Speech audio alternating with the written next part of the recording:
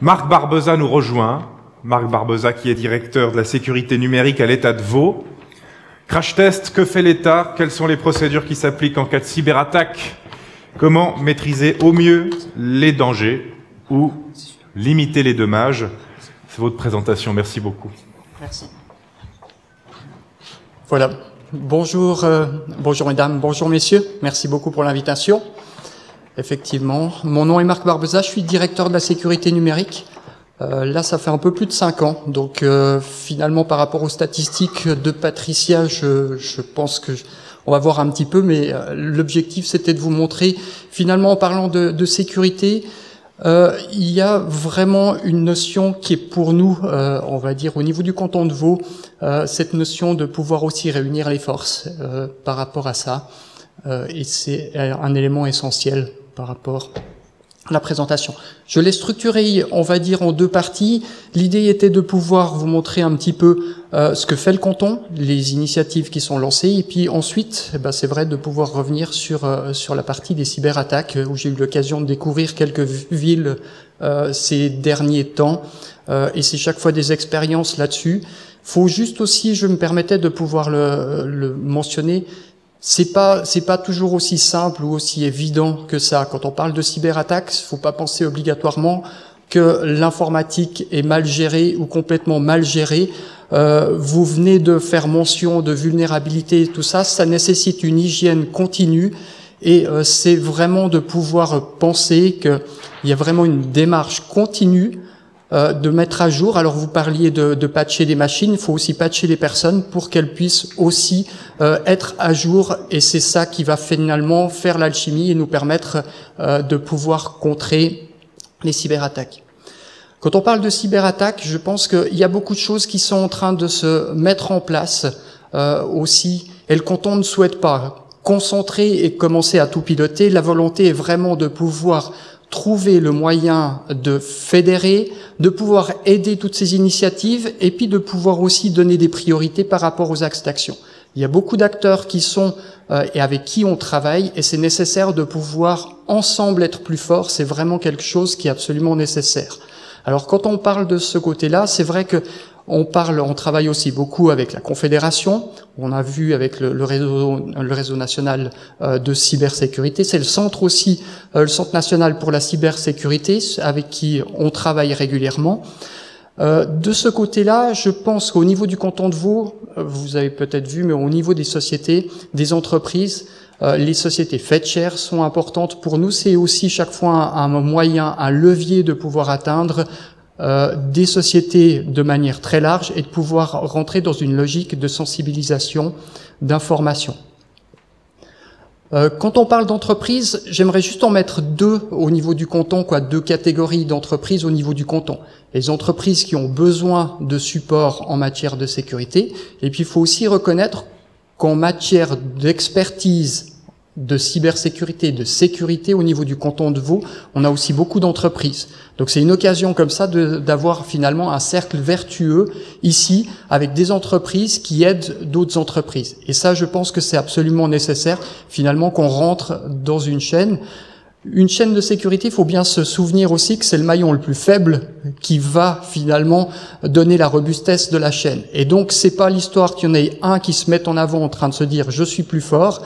C'est par rapport aux cyberattaques, je pense qu'on doit tous être humbles et être bien conscients qu'on peut tous être victimes de cyberattaques. L'élément aussi au niveau du canton de Vaud, quand on parle d'entreprise, c'est aussi la partie start-up, et je pense que c'est aussi une nécessité de pouvoir accompagner les entreprises, le démarrage d'entreprise, et ça fait aussi partie finalement de cette partie, de cette sensibilisation pour mieux comprendre la sécurité.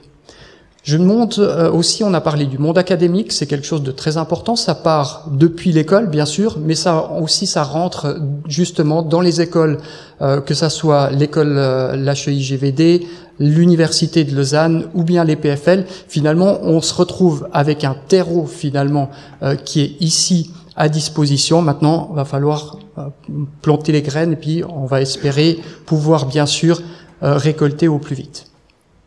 Voilà. Au niveau du canton de Vaud, pour vous expliquer un petit peu la démarche qui est en cours, on souhaite justement dans cette partie accompagnement apporter, alors on retombe aussi à peu près sur 3 axes qui sont importants, ou des axes prioritaires d'action qui vont aussi se manifester bientôt dans une stratégie de cybersécurité au niveau du canton de Vaud, où on souhaite par exemple dans l'axe, le premier axe c'est ce qu'on a appelé la cyberprévention, c'est toute cette partie finalement de sensibilisation, de formation qui est un élément essentiel pour prévenir justement les cyberattaques. Ça s'adressera, et c'est une volonté, que ce soit des individus, des entreprises, mais aussi les communes, les entités para-étatiques, de pouvoir comme ça avoir des séries d'initiatives qui vont améliorer ça. La cyberréaction, c'est cette partie, finalement, vous avez beau prévenir, il y a quand même une nécessité d'être en mesure de pouvoir réagir. Les pompiers, c'est une nécessité de pouvoir se dire comment on intervient, comment on réagit, dans le but de pouvoir réduire l'impact et la durée d'une crise. Je vais revenir là-dessus, ça sera l'autre partie, mais c'est de pouvoir vous montrer un peu au niveau principalement des entités para-étatiques, un peu ce qui s'est fait et comment on s'organise actuellement, les axes d'évolution là-dessus. La cyber-résilience, c'est finalement le 3e axe sur lequel on souhaite construire au niveau du canton de Vaud. C'est cette partie finalement d'obtenir une boîte à outils qui va nous permettre d'avoir, comme on va dire en parfaite ligne avec la partie de la Confédération, des normes, des standards minimaux qui vont permettre comme ça de pouvoir avoir des références au niveau des entreprises, par exemple, au niveau des privés, de pouvoir se dire comment on se prend en main et comment on applique des mesures de sécurité. Voilà. Quand je parle de cyberréaction, je pense que ça c'est le plus représentatif finalement de ce qui se passe. Faut bien vous rendre compte, et là je parle aussi un retour de la part des communes, par exemple, où par exemple il y a eu aussi des écoles qui ont pu un établissement scolaire, c'est que ça ne prévient pas. Là, je parle du cas, par exemple, d'une cyberattaque rançongiciel où, finalement, le système informatique devient inutilisable. Ça clignote pas avant. Du jour au lendemain, d'une seconde à l'autre, plus de système informatique. Il peut y en avoir peut-être encore quelques éléments qui fonctionnent, mais après, dans la mesure de précaution qu'on va mettre, on va quand même bloquer ces systèmes-là. Donc, finalement, toute une infrastructure, toute une commune se retrouve comme ça, du jour au lendemain, dans le noir. Dans le noir, ça veut dire que vous avez peut-être une société, vous avez des clients, comment vous allez les contacter? Est-ce que vous avez une liste qui n'est pas sur votre système informatique, que vous arrivez à atteindre? Est-ce qu'elle est à jour? Comment vous allez vous y prendre? Et ça, c'est des éléments qui sont essentiels. Et souvent, et idéalement, il faut réfléchir avant que le problème arrive, parce que là, on se retrouve vraiment avec des petits problèmes du terrain. Vous dites je vais imprimer, non, vous pouvez pas imprimer. Et là, c'est vraiment les éléments qui tombent et qui poussent à la réflexion. Quand on parle de ce côté aussi de cyberattaque, comme ça arrive sur une commune ou sur une société, il faut bien se dire que vous retrouvez avec des éléments qui sont bloqués. Là-dessus, ça ne s'improvise pas. L'histoire de pouvoir se dire, OK, on va simplement restaurer les données, ça ne suffit pas.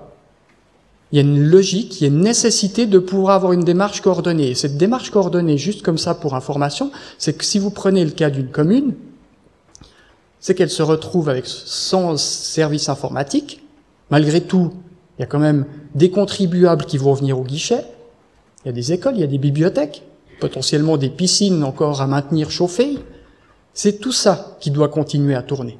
Et donc, il y a la nécessité de ce qu'on peut dire, de pouvoir avoir un plan de continuité sans informatique. L'histoire de se dire comment je fais tourner mes activités sans cette informatique. Et là, on peut voir sur les durées, c'est en tout cas une semaine, sur des cas qui peuvent, on va dire très facilement, on peut se retrouver sans informatique au moins pendant une semaine.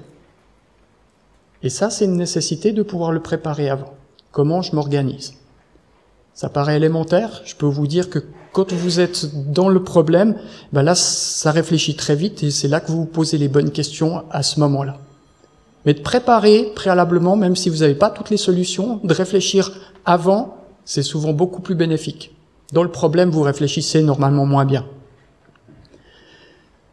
Deuxième élément, c'est que vous vous dites, ok, je dois continuer mes activités, faire tourner, par exemple, ma commune, faire tourner les activités, mais en même temps, je dois m'occuper maintenant du problème informatique que j'ai. Et c'est là-dessus qu'il y a le plan de secours informatique à tenir, à mettre, à activer, pour finalement qu'on puisse arriver à la restauration des services informatiques. Et l'un ne va pas sans l'autre. Donc il y a une nécessité de pouvoir coordonner ces éléments-là.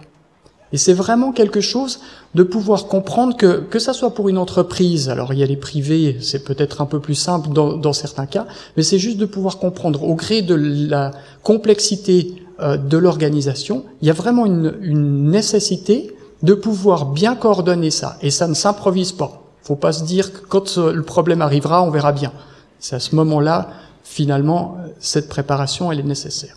Niveau du canton, je vous montre un petit peu les réflexions, et c'est pas là, on n'est pas dans une logique de donner des leçons, mais c'est plus de pouvoir montrer un petit peu les réflexions qui ont été portées aussi avec les différents événements, et de pouvoir se dire voilà un petit peu maintenant les éléments, grâce aussi à la force du canton avec les différentes expertises qu'on a, la manière dont on souhaite et où on construit actuellement notre organisation pour répondre, pour réagir à des cyberattaques. Ce que vous voyez sur la gauche complètement, c'est, on va dire, le principe de fonctionnement habituel ou normal, avec une organisation, une direction, qui va s'appuyer finalement sur un service informatique avec des prestataires informatiques. Vous retrouvez finalement en crise avec un système comme ça, vous retrouvez dans une situation extraordinaire qui nécessite finalement des efforts extraordinaires pour remettre à niveau cette informatique-là.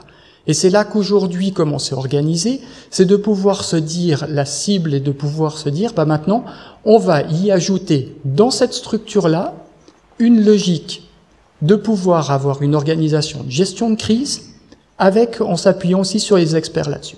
Ce que je souhaite aussi mentionner, c'est que faut pas penser que dans une espèce, disons, une partie de gestion de crise, dans ce contexte-là, canton commune, par exemple, que le canton va arriver et va s'occuper de tout. Non. Les responsabilités restent au niveau de la commune, c'est un principe de support, de subsidiarité qui arrive et qui permet de pouvoir apporter une aide pour résoudre un problème sur le moment. Voilà. Ce qui est important de pouvoir mentionner ici, c'est que cette partie de gestion de crise, elle nécessite aussi des professionnels. Et les professionnels essentiels qui sont ici, c'est justement les MCC, c'est l'état-major cantonal de conduite, avec des experts, on va dire, en termes de conduite de crise, rythme de conduite, qui permet aussi de pouvoir y associer la communication, et aussi les experts de la police cantonale qui apportent, eux, une expertise en matière de cybercriminalité. C'est tout aussi les relations avec la justice, mais aussi les relations dans le cadre d'investigations qui peuvent être, bien sûr, et très souvent, internationales là-dessus. Puis après, vous avez les experts aussi en matière de cybersécurité. Et c'est cette combinaison, finalement, d'expertise qui va permettre de pouvoir apporter une force d'intervention là-dessus. Ce que vous voyez aussi en dessous, c'est de pouvoir se dire, dans la manière dont on intervient, c'est dans une logique aussi de partenariat public-privé. On s'appuie en particulier sur des sociétés privées qui vont apporter une réponse très technique. Mais cette réponse technique, comme je le mentionne et comme vous pouvez le voir sur la droite, c'est un peu tous les partenaires que vous avez aussi à considérer dans une telle crise. Vous avez bien sûr le centre en haut, GovCert, c'est la partie, la confédération, l'aide qui va être apportée aussi sur la réaction. Vous avez l'État de Vaud qui va venir demander éventuellement des comptes ou être pris au courant, d'être tenu au courant des événements. Vous avez APDI, c'est la protection des données. C'est clair que si vous avez une fuite de données, vous êtes obligé de pouvoir aussi tenir au courant, informer de la notion d'autorité de la protection des données. Et puis il y a quelque chose qui est très fort et là aussi je pense que vous aurez l'occasion de pouvoir entendre Madame Pugnal, par exemple pour Roll, le côté de presse. Je peux vous dire que quand vous êtes dans un tel événement, la pression médiatique, c'est quelque chose qui ne se néglige pas pour éviter d'avoir encore une crise dans la crise. Et ça, c'est quelque chose aussi dans la crise qui doit être absolument prise en compte avec un rythme, avec des communications qui sont précises, qui ne s'improvisent pas. Et ça, c'est aussi une dimension qui est énorme à prendre dans la partie gestion de crise. Les collaborateurs, alors j'entends, c'est de pouvoir se dire, finalement, il y a une administration, il y a une société, de pouvoir aussi bien sûr les tenir au courant. Et ça, c'est aussi quelque chose de très important, de pouvoir expliquer. C'est clair qu'au niveau du canton, nous, on a une volonté de pouvoir jouer la transparence. C'est une transparence pour pouvoir, finalement, c'est le côté humble, mais c'est le côté de pouvoir aussi, finalement, ne pas tordre la vérité, de pouvoir expliquer.